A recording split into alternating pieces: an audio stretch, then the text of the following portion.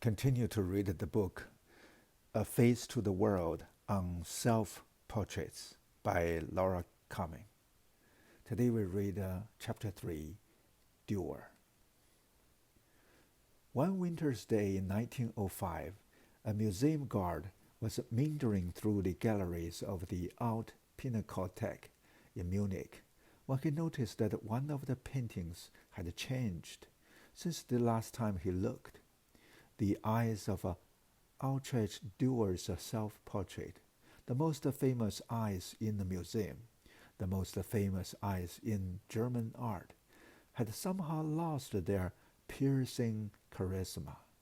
The right eye appeared dim, and the liveliness of the light severely diminished, as if they could no longer see. And when the painting was taken down, ferocious little rifts were discovered in the irises and the pupils that had most likely been made. It was agreed with the tip of a hat pin.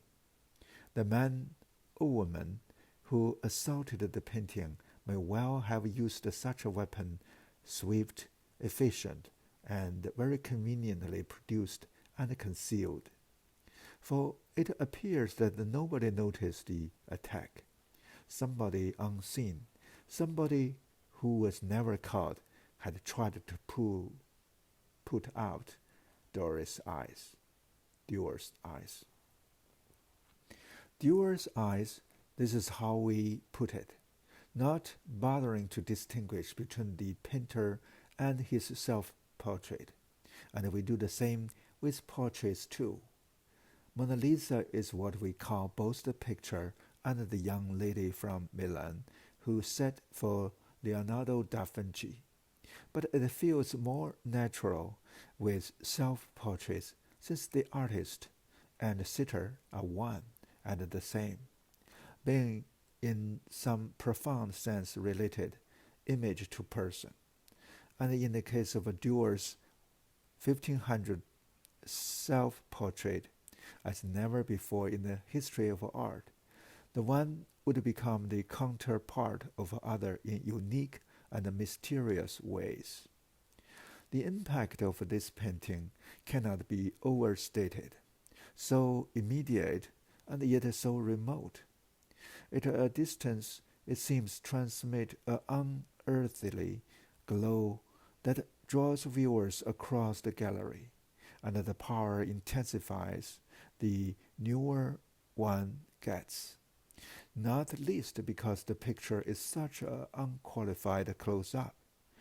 Durer presents himself front on, weight up, formidably fixed, immediate, and erect. One of his hands is just aft of view, as if under the counter.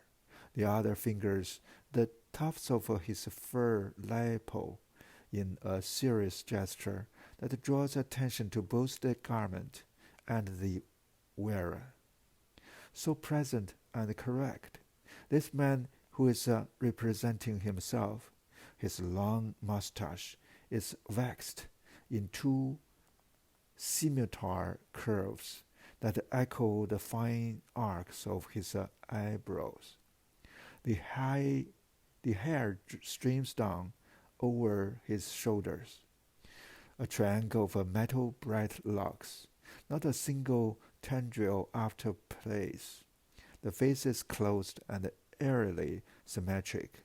Above all, the eyes transfix. Even if you know nothing about German society in 1500 or this period in art, you could assume that Durer's contemporaries were amazed by this self-portrait because it still astonishes today. No gold is used in the paint apart from the inscription, and yet the picture has its peculiar golden radiance. The face appears exceptionally precise and distinctive. Strong nose, more of a limb than a feature, slight cast in the eyes, blemish on the left cheek, yet the evidence, for all its heightened clarity, is bizarrely impersonal. What colors are those pale eyes? How old is this person? What is the expression in his look? So pertinacious and yet so withhold. The picture seems both immeasurably more than and yet strangely unlike other self-portraits. It is a double take so improbable one hardly believes it at first. The long hair, center parted, the beard and mustache, the gesture of the fingers, the symmetry and stillness and remoteness of a countenance. After of time and after of this world, the resemblance startles, incredulity immediately sets in, and yet the thought builds like a quake. Is it just a chance, a coincidence of a fate, or could this man actually have meant to make himself look like a Jesus? People attack portraits when they no longer see or want to see them as pictures so much as surrogates or even real people. This is especially true of statues, which are built exactly as if they were alive. Their noses broken, their genitals mutilated, heads and hands brutally severed. Painted people ought to be less vulnerable, safe indoors and protected by guards, but they are victimized too, and the connection between people and the pictures is held to be so much closer than unlike statues. Sightless objects, things apart, we commonly class them together. Nobody would dream of correcting a child who points to a baby in the book and calls it a baby instead of a picture. And the same is true of our portraits. Even grown-ups plant kisses on images, carry them like champagnes through the streets, worship them, savage them out of a spattle of fury, become excited by them as we are excited by people in reality. What is so singular about Duer's image, in this respect as in so many others, is not that it has been adored or loathed, but that it has excited both extremes of a passion and to a greater degree than any other portrait.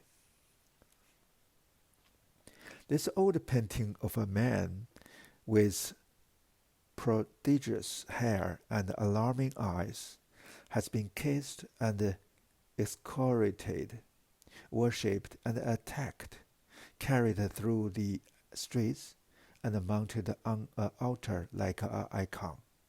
It has been accused of self-love and sacrilege and shocking fraudure, in spite of which, or perhaps because of which, women have loved it like a man. The German writer Bettina von Arnim became so infatuated with it, or him, that she had a copy made when she would send to Goethe, for whom she also felt unrequited love, on the curious grounds that it was so precise to her that she might as well as be sending herself. But was one Arnim in love with the portrait, or the man, or the idea of an artist who could create such an image? The idea is that image, man, and artist might somehow be one and the same. A trinity may well be the most potent claim of a self-portraiture. In any case, indifference is not what Duer's paintings invites or inspires, and this sense of agency is crucial to its power, for all its preternatural stillness. The self-portrait feels almost oppressively vital, just as things seen in a dream may seem clearer than those in the waking world. So one imagines that this self-portrait might have appeared more vivid than the real man himself, and perhaps the attacker felt this vitality was focused in the eyes. The damage to the self-portrait was clinically specific, just the irises and the pupils, not the whites or any other part of the face, as if whoever tried to blind him could not stand the drilling fixity of Durer's gaze. Mercifully, the ribs did not penetrate the Renaissance varnish, and the painting was successfully repaired, except for a minuscule spot of a dullness in one of the eyes that is invisible to our own, but was fastidiously noted in the museum records. It is here that the details of the crime have been buried for almost a century. Museums do not often acknowledge, or are perhaps even embarrassed by, the power of art to entrance, frighten, or enrich, and any viewer affected to the point of violence is inevitably described as insane.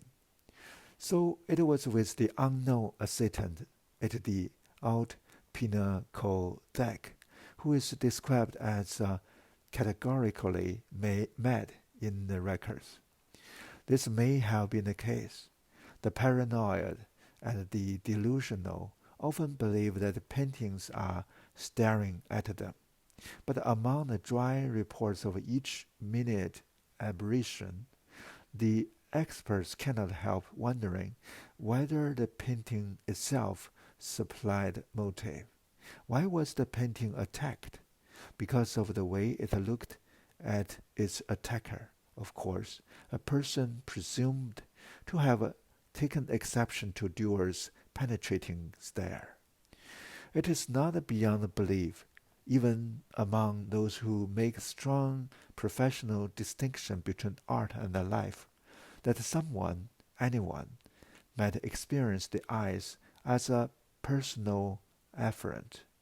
But it is also possible that the attacker may have taken exception to more than the artist's stare. All self-portraits are prefaces of a sort. Just as our faces in some sense introduce us, so these painted faces are perceived and treated as the prefaces to artistic utterance. They are reproduced on the covers of autobiographies, monographs, and fictional lives. They are displayed at the beginning of the museum retrospective, like the host at the party, and sometimes at the end in farewell, in which respect they are once again being construed as surrogates. The self-portrait is cast as a frontispiece,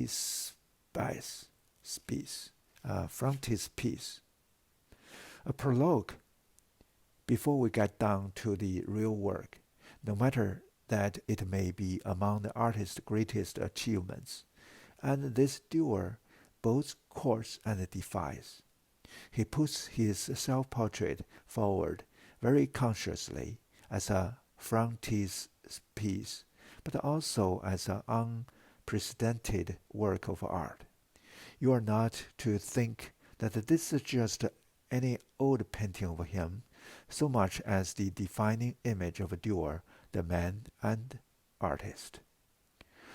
That he looks like a crest, that the painting resembles a frontispiece. I really don't know how to pronounce this one. Frontispiece. This much is apparent it all at once. But neither observation can quite explain the surpassing strangeness of the image. Strangeness is its first and last note. While there are other masterpieces of which they could be said very few of them are portraits, and still less self-portraits, which commonly have as part of their content the artist's manifest desire to be the very opposite of a stranger, in fact, to be quite clearly understood. The figure occupies a peculiar middle ground somewhere between 2 and 3 dimensions. There is no backdrop, but no foreground either, and no obvious source of light. In fact, the tawny glow that illuminates the scene, beginning at the crown and rippling down through the hair, appears to emanate from Durer's own body. This hair, which with its unnatural sheen spreads in triangle curtains from the top of the head to the exact edge of the frame, perfectly contained as of made to measure, and the inscriptions on either side make a opposite triangle, its base the pointing finger below. These inscriptions, Durer's famous AD logo and the date 1500 on the left, the details of name and place on the right, are not written on any depicted surface, but that of a picture itself, as part of its symmetrical composition, pendant as the scales of justice. They weigh Durer's face in a balance. Nothing is allowed to detract from this sense of order, geometry, and design, of a very close and insistent frontality. All is congruent. The artist is perfectly fused with his picture. Durer does not turn. He does not move. He is not looking out at you from any given time or place. He is simply and starkly himself, self-portraiture at its least equivocal, and yet he is also somebody else. It is not quite accurate to say that Durer looks like Jesus so much as an icon of Jesus, since nobody knows what the most famous man in history actually looked like. This is an obvious advantage for anyone who wants to slip his own features into the picture. But what kind of artist would do such a thing?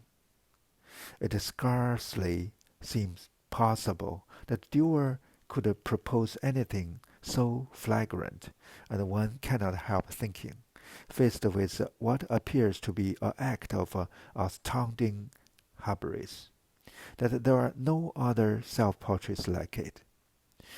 No other artist of the period represented himself in the image of a crest, and it has not exactly become a convention in the meanwhile. Egon Schillie's self-portraits, naked, agonized, and arms outflung, could be construed as a metaphorical crucifixions, lacking only the wooden cross. Paul Gauguin's comparison with himself with Jesus, two martyrs united in suffering, are not so much messianic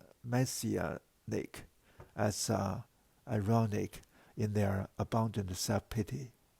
Surely the comparison of oneself with Christ would have been considered sacrilegious in its day, if not now, or at the very least maniacally boastful. So the lay viewer might think. But there is no evidence that the painting shocked Durer's contemporaries, despite the fact that they were late medieval Christians. This fact, however, has troubled modern scholars. Ever since German art historians began to devote decades of their lives to Durer in the late 19th century, the question of what he meant and how he was understood in his day has dogged our interpretation of the painting. If there is no evidence of outrage, then the iconography of the self-portrait must have been seen as, or must now be made to seem, completely unexceptional. Durer was not a Protestant. It would be another 17 years before Martin Luther nailed his 95 theses to the church door in Wittenberg. Now, despite his famously bantering correspondence with the humanist Willibald Pirkheimer, his close friend in Nuremberg, can anyone say for certain whether the artist was even a humanist? Historians have gone to great lengths to work up theological justification for Durer's conceit, each opposed to the next. Durer represents himself as Christ because he's trying to live up to Christ in life as well as art.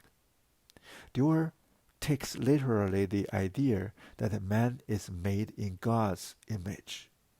Durer sees the human form as an expression of the divine, considering the perfect proportion of the self-portrait, and therefore as a different kind of imago Dei. It is possible that the painting represents all these possibilities and more.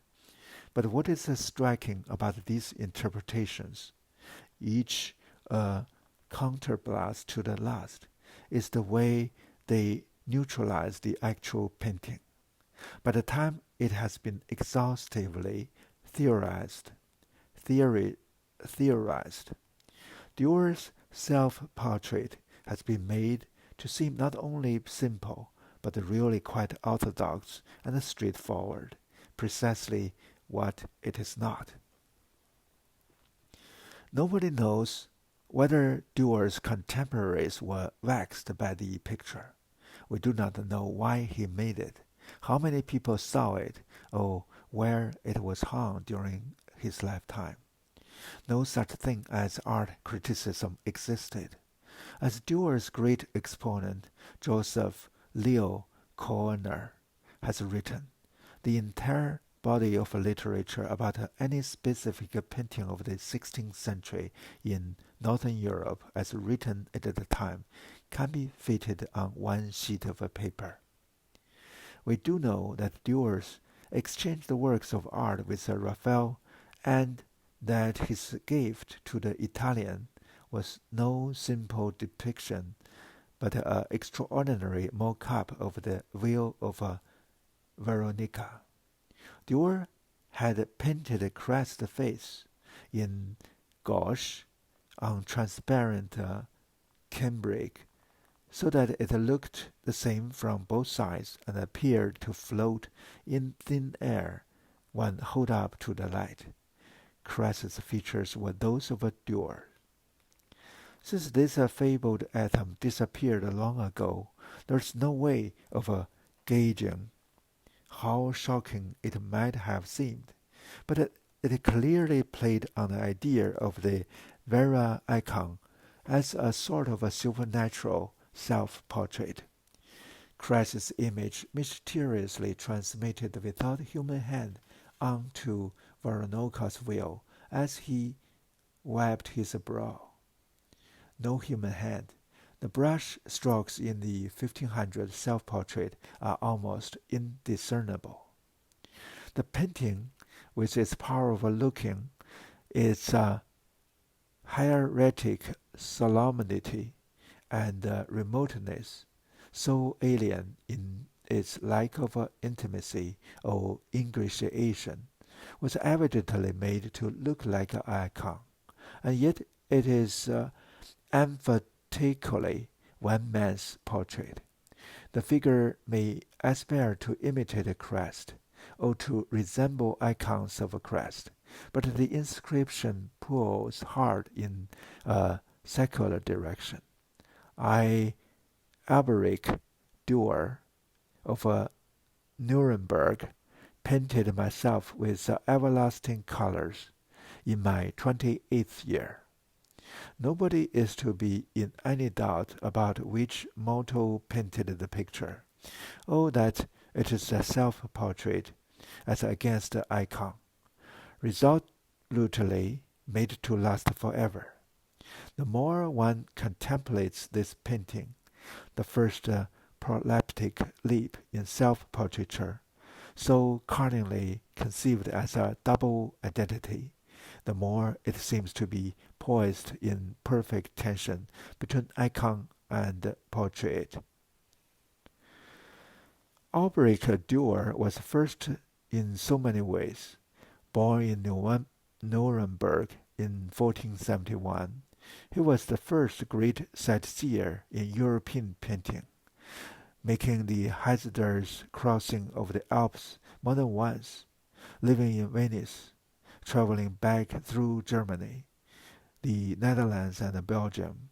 He once voyaged for 6 days on a small boat in the middle of winter in search of a whale that had washed up on a beach in Zealand.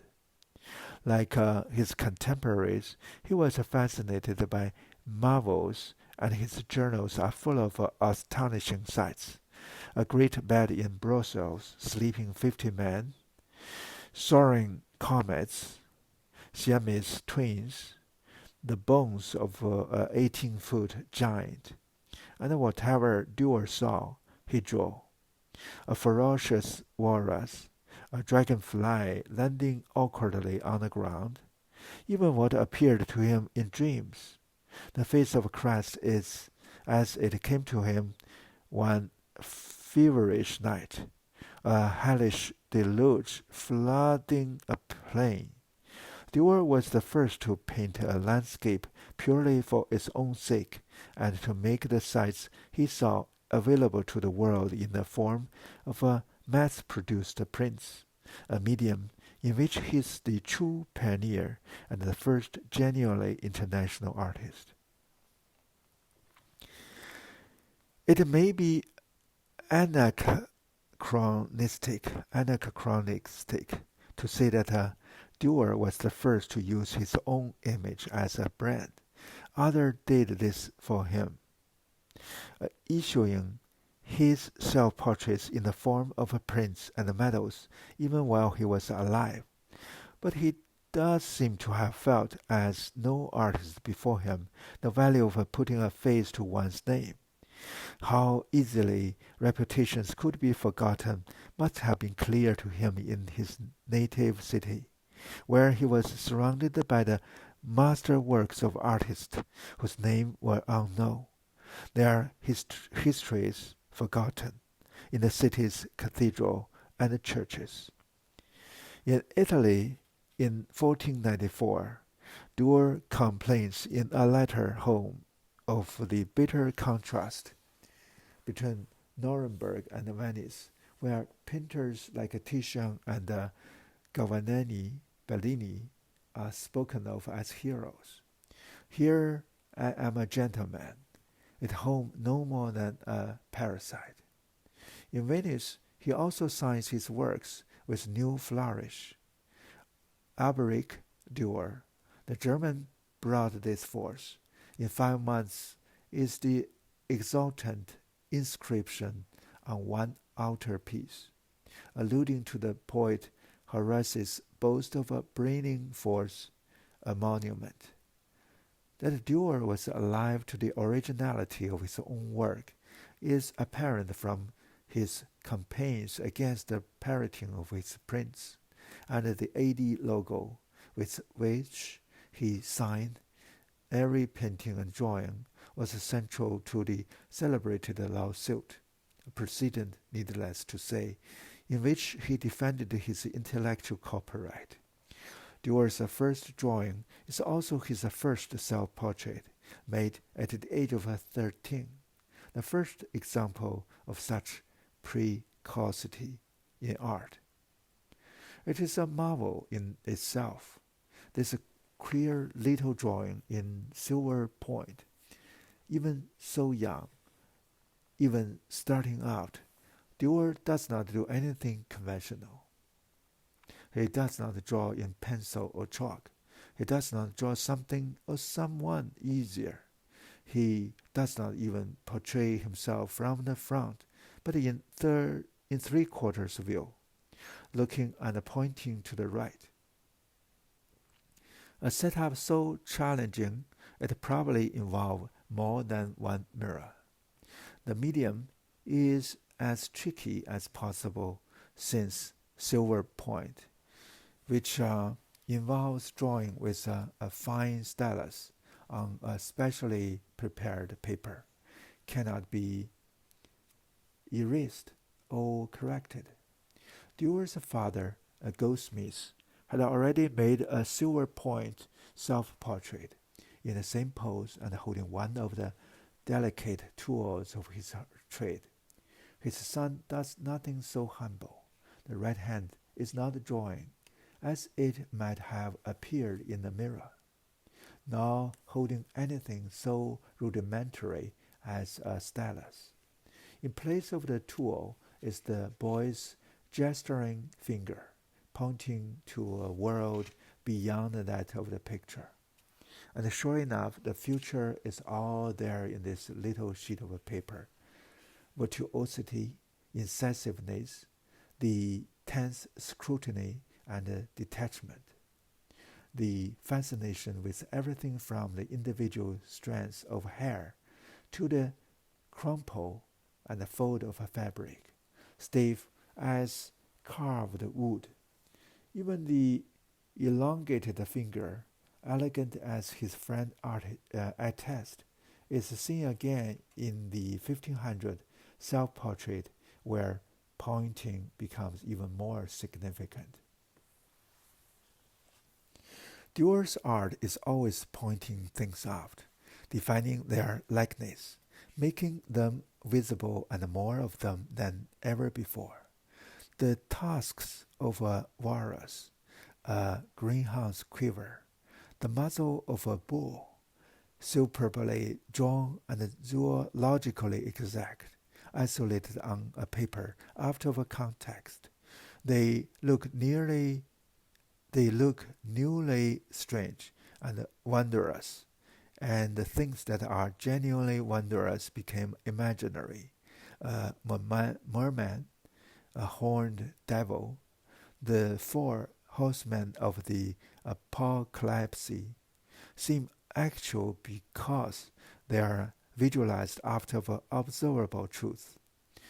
The 13-year-old Durer is a strange creature, too young to be producing such a work, and yet preternaturally wizened and aged, the child as a father to the artist. Decades later, Durer annotated the page with something like a paternal pride. This portrait of myself I made from a mirror in the year 1484, whilst I was still a child. Just noted for the record, as it seems, but to whom are these words addressed? Not to his descendants, for Durer had no children, but to everlasting posterity. I made this in 5 days. This I made in all when I was ill. I saw this in Antwerp. Everything is annotated.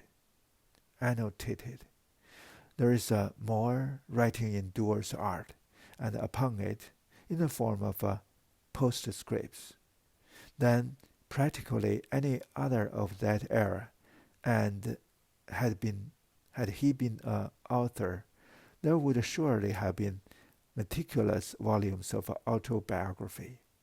Time past can never be regained. Also, it is said, but Durer's labors continually against this miserable dogma.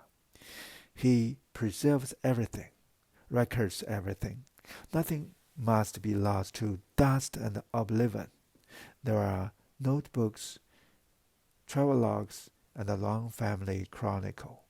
He wants to record in word and image everything he experiences, from the quotidian to the momentous. On the flyleaf of his copy of the new edition of Euclid, he writes, I bought this book at Venice for 1 ducat in 1507. Alberic Durer. On the tragic drawings of his mother in later life, which also records the strong family resemblance, he puts down the date, of course, and then this is Albert Durer's mother when she was 63, so that we would always know who she was and how she looked. Perhaps Durer feared that she was mortally ill. He made portraits of both of his parents on the eve of his first trip to Italy, presumably in case he never saw them again. Not many days later, he adds the last words. She passed away in the year 1514 on Tuesday before Cross Week, 2 hours before nightfall. The portrait that belongs as her living likeness becomes her epitaph. Some years later, Durer draws himself half naked in a dire illness that probably overcame him during his search for the will. One hand behind his back, like a gallant about to bow. He points with the other to the circle inscribed around a point on his side and painted a delicate yellow. There, where the yellow spot is located, and where I put my finger, there it hurts. The drawing was intended for his doctor and must be the most elaborate diagnostic aid in all art, for it is a fully realized self-portrait in which the artist cannot express his mania for observation despite the suffering. There are other drawings that probe, struggling to keep his face still in the mirror, head in hand, cheek awkwardly squashed, getting older, growing emaciated. But the starkest of all is a full frontal nude in which Durer leans towards the glass to get a better look at himself. Light striking his bony kneecaps and cheeks, the wings of his legs visibly standing, the long locks in a hairnet. Perhaps this is a man in his prime. He was approximately 33. And certainly the torso is lean and strong, but it is an unstinting anatomy of nakedness, the dangling scrotum insidiously equaling the protuberant eyeballs. The cast in the left eye now more explicitly noted. Durer is a peculiar sight even to himself, an alien creature in the world. The sense of objectivity approaching estrangement is killed. Durer, examining himself, sees something as strange as the wonders on his travels. Durer painted 2 self-portraits before the climax of 1500, and they have both been deplored as appallingly narcissistic. At 22, he looks pretty and girlish, clean-shaven in his rickety cap with its scarlet cockade, fair hair artfully disarrayed, Other men in portraits of the period wear these ruched white shirts, but never as low cut as this. Between his fingers, he holds a eager gum. I don't know what that word means. Illusion to crest suffering, but also supposedly aphrodisiac and guard against impotence. Whatever it meant to Durer's contemporaries in the arcane symbolism of the time, it is displayed here and depicted as if it were some kind of outlandish scientific specimen, object to be handled and examined. Some say this is a betrothal picture, painted parchment so that it could be conveniently dispatched to his future wife. If so, and very unusually for Durer, there's no written evidence. Then the inscription reads oddly. Next to the date, he makes the ambiguous announcement, "My affairs run as ordained from on high," or in another translation, as written in the stars. Perhaps it is a declaration of a piety, but if pious, then not quite humbler, and if a reference to the wedding, then not quite enthusiastic, as if Durer was having to resign himself to what was indeed an arranged marriage. It remains extremely hard to match the words to the image in any clinching sense, partly because it is possible to read the tone and the expression of the face. One commentator claimed to find nothing but a vanity there, arguing that if the painting breathes love at all, it is love of herself. Love of clothes, maybe, love of symbolism or botanical forms.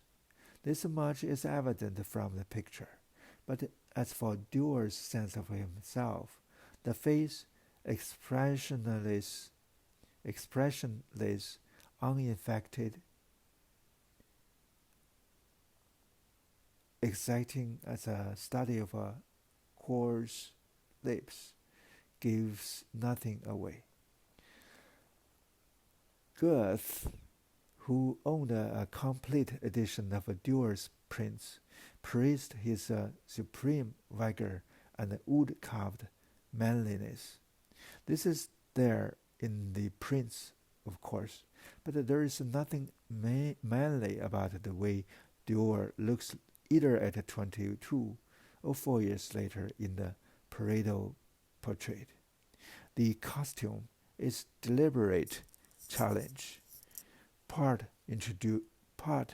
troubadour, part op art scene culture. From the black and white straps to the doeskin gloves. Not only does the artist not portray himself painting, he defies the very notion of a manual labor by presenting himself prophylactically gloved.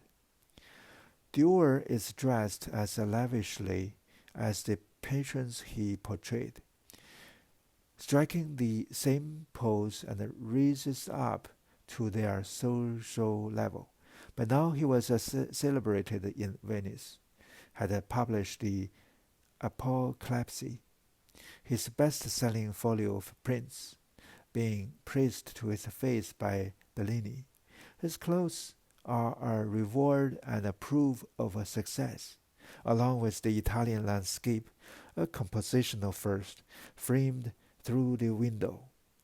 The point of this picture is the whole combination: experience, money, cosmopolitan style, the picturing of oneself as a work of art, as a third-person portrait, For the painting says portrait, noble man with a view, even though the inscription says self-portrait. I made this from my own appearance when I was 26. The face, all stillness and social standing, declares nothing except the strain of representing binocular vision. Far from the pharisaical self-admiration that so appalled the English art historian John Pope Hennessy, the narrow eyes do not speak of pleasure. There is no disclosure of self, no hint of interior life. If you believe that clothes makes a man, you might conclude that this one is a peacock, but the discrepancy between the showy clothes and the show-nothing face is sharply pronounced, almost a disconnect between outer and inner beings. Durer may be his own protagonist here, but the subjectivity is by no means his subject. It is as if he has slipped himself into a portrait, adjusted the pictorial conventions so he can speak of for himself in the third person as a man of a mode and a culture, a well-traveled man, a man who wears gloves when posing for a portrait. Durer is thinking, as always, about the picture and the picture making and how he can exploit and reinvent them.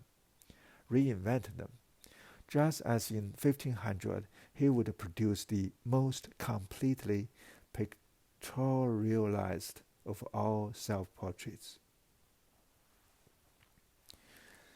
Painted at the midpoint of the millennium and exactly halfway through Durer's life, though he could not know it, this picture is cherished by German commentators as the epochal image of the German Renaissance, the triumphant face of German painting. Surely a man so conscious of his reputation must have envisaged such an outcome for his self-portrait. It is implied, and it is true, that the image seems explicitly ordained. Scholars have been able to show that Durer was looking at an actual frontispiece. In a new book by the German humanist Conrad Celtics, from which he may have extrapolated the configuration of a lettering and image. At any rate, the Roman lettering, the insistently frontal depiction, the figure symmetrically cropped and contained by the frame. This is certainly the authorized face, Durer as he intended to be seen and known. It was obviously never meant to stay quietly at home with the family forever, like so many self-portraits. And indeed it must have had at least one ceremonial viewing within months of completion. Celtics, who was also German's poet laureate, published a poem in its praise before the year was out. How far did Durer have to go to transform his own person into an icon? The earlier self-portraits from the age of 13 add up to a time-lapse sequence in which the face is more or less recognizably that of one man, and he does not look very much like this. It is true that German mirrors were still quite primitive when Durer was young, pieces of tin backed with lead, very often spherical, whereas the Venetian glass-blown mirrors he could later afford were comparatively sophisticated. But still the 1500 face is smoother, the cast in the eye less apparent, the hair a different color, and to see what lengths Durer would go to in the interest of advanced art, you only have to consider those logs.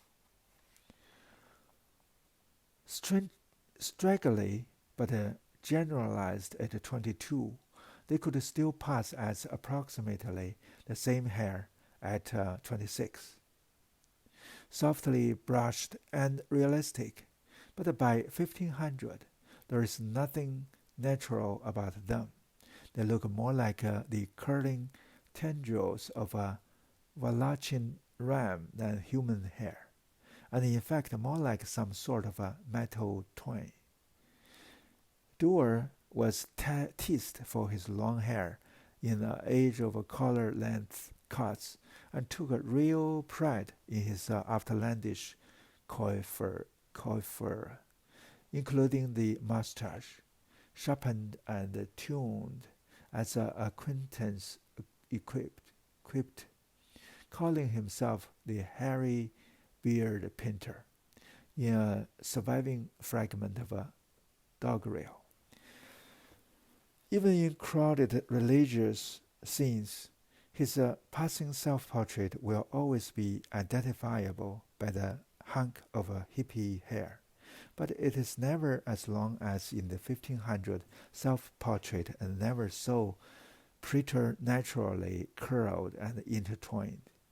This is a fantastical hair, and the staculars for forensic evidence can even consult the real log taken from Durer's head 2 days after his death and cultishly preserved in a silver reliquary now in Vienna, to see that the former looks unreal by comparison.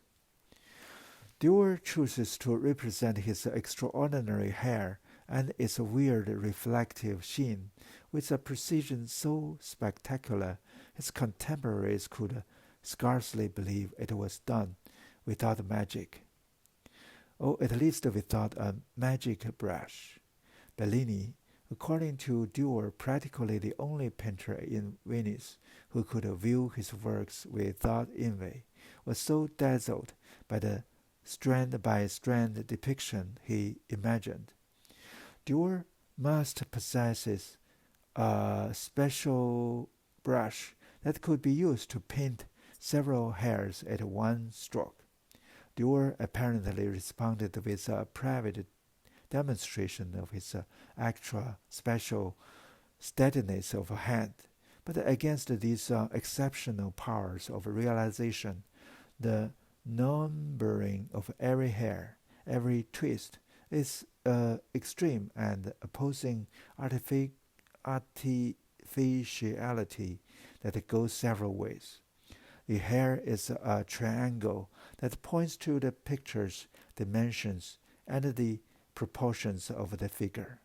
Or you might say it is arranged like a ceremonial headdress, or draped like a wheel.